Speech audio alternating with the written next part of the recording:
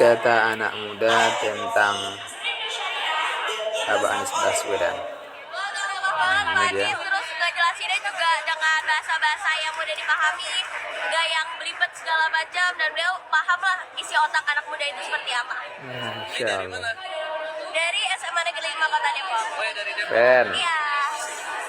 Kasih Kak, namanya siapa Kak? Saya Rahel Maharani Galuh Pakulan. Sudah dapat tanda tangan? Keren Rahel. Di website. Sudah jumpa Abah. Nah, terima kasih.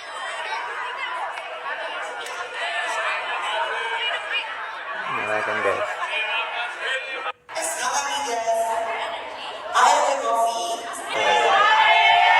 Aduh.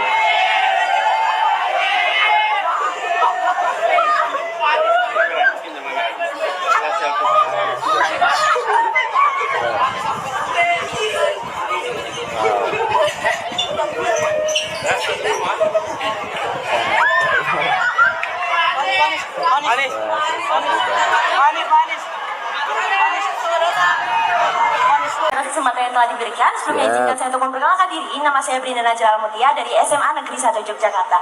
Oke. Panggilannya siapa? Brenda. Apa? Brenda. Berda. Iya. Oke. Jadi Bapak, saya ingin bertanya terkait kurikulum. Tadi kan sudah banyak dipertanyakan guys terkait kurikulum. Seperti yang kita tahu juga sudah banyak perubahan-perubahan kurikulum yang ada di Indonesia.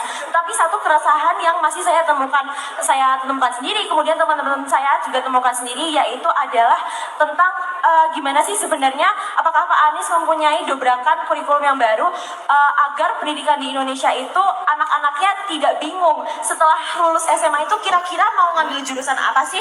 Karena kan dari dulu sudah banyak perubahan kurikulum, tetapi akhirnya teman-teman itu sendiri tidak tahu selanjutnya mau masuk ke jurusan apa. Nah, kemudian akhirnya salah jurusan dan berdampak pada SDM di Indonesia yang bingung, jadi bingung mau cari kerja apa. Seperti itu kira-kira Pak Anies.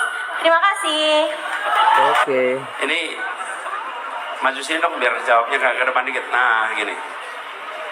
Beda, ini SMA kelas 2.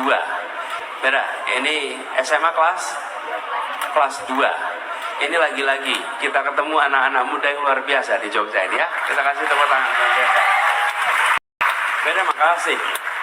Makasih. Dan anak-anak SMA itu tahu persis tentang efek kurikulum.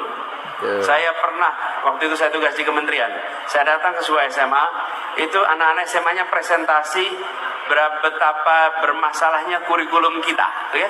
Dan dia menunjukkan masalahnya 1, 2, 3, 4, 5 gitu. Jadi di antara semua pihak yang diajak bicara soal kurikulum, yang paling jarang diajak bicara siswanya sendiri. Betul ya? Nah, menurut saya ke depan kita harus ajak bicara siswa.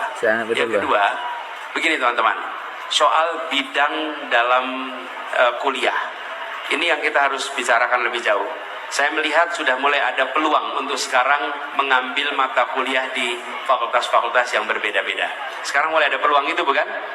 Mulai ada peluang. Artinya apa? Sebenarnya proses belajar di kuliah di kampus S1 jangan semata-mata ditempatkan sebagai persiapan kerja. Jangan. Tapi tempatkan itu sebagai pembelajaran untuk membekali dengan pengalaman yang di dalamnya ada pengetahuan. Jadi di kampus itu jangan hanya aktif di ruang kelas, aktif juga di luar kelas. Dan tidak dibatasi hanya satu bidang, lengkapi dengan berbagai macam bidang. Luaskan pengalaman itu.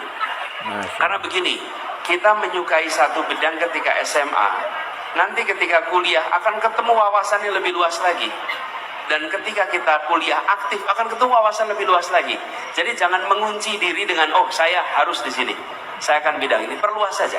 Jadi menurut saya justru keberanian untuk belajar lebih luas, keberanian untuk mencoba yang baru, itu yang dibutuhkan. Dan Beda ini sudah jadi contoh. Beda punya pilihan, tetap aja di Cokro Aminoto sana di kelas, nggak usah ngapa-ngapain. Tapi Beda memilih untuk datang ke sini, memilih untuk memperluas wawasan, memperluas jaringan. Beda sudah mengerjakan apa yang tadi saya katakan.